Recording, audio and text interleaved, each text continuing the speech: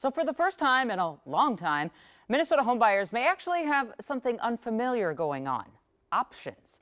After years of slim inventory, more homes are hitting the market. Here's Gordon.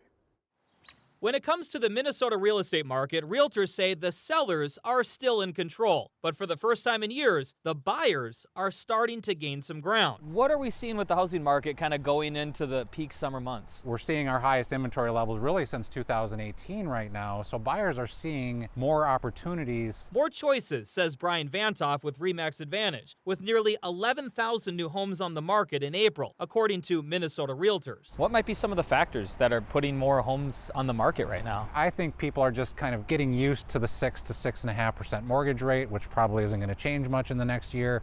And they're just saying, hey, I got to move. My family's growing, my family's shrinking, I need to downsize. Vantoff says the inventory of homes still isn't where it should be for a healthy market, but it's getting better, and homes are staying on the market longer. According to Minnesota realtors, the average home statewide is sitting on the market for 64 days. That's about a week longer than last year. And in the Twin Cities, prices are actually going down slightly, around 2% last month. With more homes for sale, there's a little bit more competition. Wendy Usilak with Minnesota Realtors says the competition depends on the price of the home. For mid-valued homes around $450,000 to $700,000, the sellers will face more competition this summer. They do need to be a little bit more cautious about overpricing a home. However, the competition flips when it comes to starter homes. Realtors say there is still a significant shortage of homes priced under $400,000. So first-time buyers will unfortunately face some stiff competition this summer. First-time home buyers are having a little bit of a tougher go. This past weekend, I showed a client 2 different homes,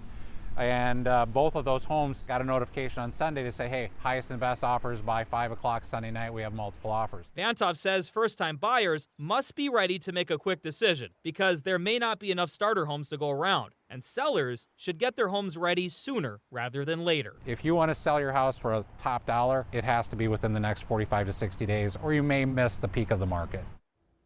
Realtors say there are several factors that might explain why those mid-priced homes are taking longer to sell. The sellers, if they're older, may be struggling themselves to find a smaller home to downsize into. The economy could be a factor, with buyers afraid to spend more money, and the owners of those homes may be locked into a lower interest rate, and they don't want to give that up to buy a more expensive, bigger home. Yeah, that last point is the one I heard a lot. They're at 2-3% interest rate where they are. They don't want to give it up. And this has been the issue the last couple of years. Those first-time buyers are the ones that are just really being hit by this, which is unfortunate because they're the ones that have never gone through this before, and they have to make those quick decisions within hours if they're going to buy a home or not. It's a crazy thing. Well, thank you so much, Gordon, for the update. We'll be right back.